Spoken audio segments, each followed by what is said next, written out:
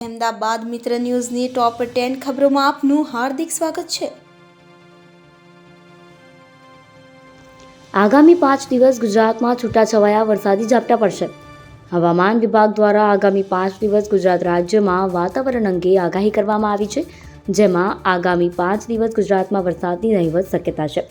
તેમ છતાં આજે દક્ષિણ ગુજરાતના જિલ્લાઓમાં ભારે વરસાદની આગાહી કરાઈ છે। આ સાથે જ આગળ 5 દિવસ દરમિયાન ગુજરાતના તમામ જિલ્લાઓમાં છૂટાછવાયા હળવા વરસાદી ઝાપટા પડી શકે છે। એટલે કે આગામી 7 થી 10 દિવસ ગુજરાતમાં મોટાભાગના જિલ્લાઓમાં મધ્યમ કરતાં વધુ વરસાદની શક્યતા નહીવત છે, જ્યારે આજે દક્ષિણ ગુજરાતમાં ભારે વરસાદની આગાહી કરવામાં આવી છે।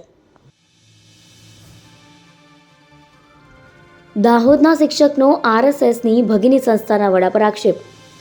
આરએસએસની ભગીની સંસ્થા રાષ્ટ્રીય શૈક્ષિક સંઘના પ્રમુખ ભીખા પટેલ વિરુદ્ધ દાહોદના શિક્ષક બળવંતસિંહ ડાંગરે આક્ષેપ કર્યા છે। બળવંતસિંહ ડાંગરે ભીખા પટેલ વિરુદ્ધમાં એસીબીમાં અરજી પણ કરી છે, જેમાં ભીખા પટેલ 19 વર્ષથી શિક્ષક તરીકે નોકરી ન કરી હોવા છતાં પગાર અને ભથ્થા મેળવ્યાનો ઉલ્લેખ કર્યો છે। આ ઉપરાંત અધિકારીઓ પદાધિકારીઓની ભલામણના કારણે તેમના સામે કોઈ કાર્યવાહી ન કરવામાં આવી હોવાનો પણ આક્ષેપ કરાયો છે।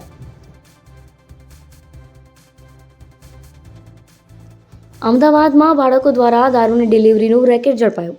નાના બાળકોને મહિને 8,000 પગાર અને એક બોટલ પર 200 રૂપિયા કમિશન આપીને દારૂની ડિલિવરી કરાવવામાં આવતી હતી। દારૂ આપનાર વ્યક્તિ બાળકોને સમજાવતો હતો કે તમારી હજી નાની ઉંમર છે, એટલે પોલીસ તમારી સામે કેસ નહીં કરે અને તમને તમારા પૈસા મળી જશે। આ રેકેટ છેલ્લા 2 મહિનાથી ચાલતું હતું। પોલીસને જાણ થતાં બોડકદેવ પોલીસે એક ટાબરિયાની અટકાયત કરી, જ્યારે દારૂ આપનાર શખ્સની સામે ગુનો નોંધી તેની ધરપકડ કરવાની પ્રક્રિયા હાથ ધરાઈ। બેંગ્લોરની ફ્લાઇટ 4.25 કલાક મોડી ઉપડતા 170 મુસાફરોએ રાત એરપોર્ટ પર વિતાવી। ગઈકાલે મોડી રાત્રે બેંગ્લોરથી અમદાવાદ આવતી ઇન્ડિગો એરલાઇન્સની ફ્લાઇટ કે જે 11:10 વાગે અમદાવાદ એરપોર્ટ પહોંચવાની હતી, તેને બદલે મધરાતે 3:10 વાગે અમદાવાદ એરપોર્ટ પર પહોંચી। એટલે કે 4 કલાકના વિલંબ બાદ આ ફ્લાઇટનું અમદાવાદ એરપોર્ટ પર ઉતરાણ થયું। આ જ ફ્લાઇટનો ઉપયોગ અમદાવાદથી બેંગ્લોર જતા મુસાફરો માટે કરવાનો હતો, પરંતુ 4 કલાકના વિલંબ બાદ આવેલી ફ્લાઇટ 11:55 વાગે ટેકઓફ થવાને બદલે સવારે 4:10 વાગે ટેકઓફ થઈ શકી। એટલે કે અમદાવાદથી બેંગ્લોર જતા 170 મુસાફરોએ આખી રાત એરપોર્ટ પર જ વિતાવી, જ્યારે દુબઈની ફ્લાઇટ 4.5 કલાક મોડી પડી।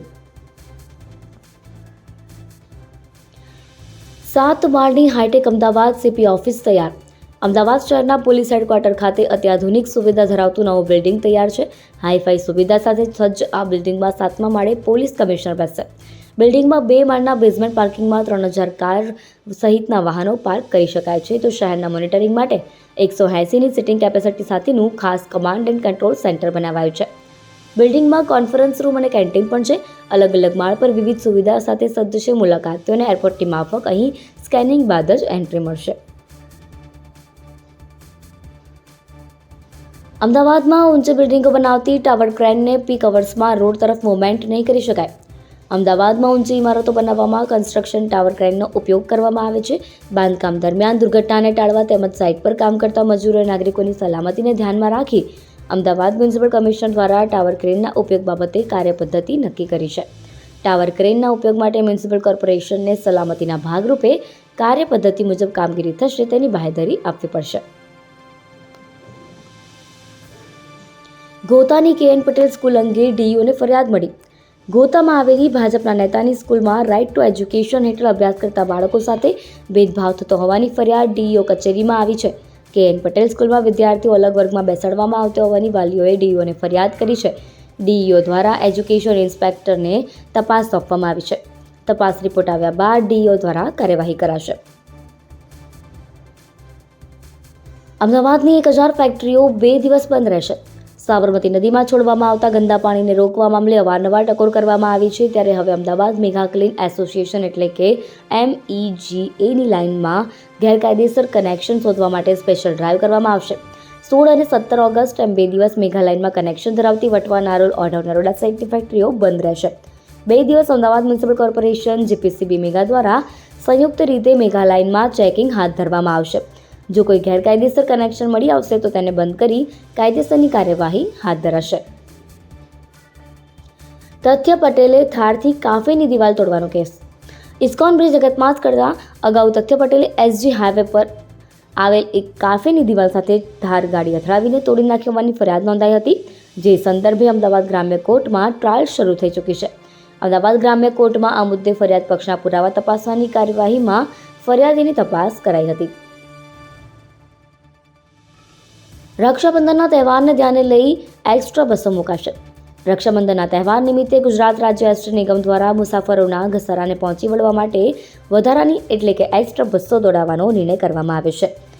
રક્ષાબંધનના તહેવારને ચાલુ વર્ષે એસટી નિગમ દ્વારા 17 ઓગસ્ટથી 20 ઓગસ્ટ સુધી રક્ષાબંધનના તહેવારો દરમિયાન અંદાજિત 6500 જેટલી એક્સ્ટ્રા ટ્રીપનું સંચાલન કરવામાં આવશે.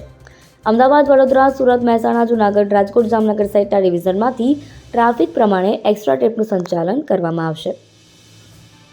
અહેમદાબાદ મિત્ર ન્યૂઝની યુટ્યુબ ચેનલને સબસ્ક્રાઇબ કરો અને બેલ આઇકોન જરૂરથી દબાવો, જેથી દરેક મહત્વના વિડીયોની નોટિફિકેશન તમને મળતા રહેશે.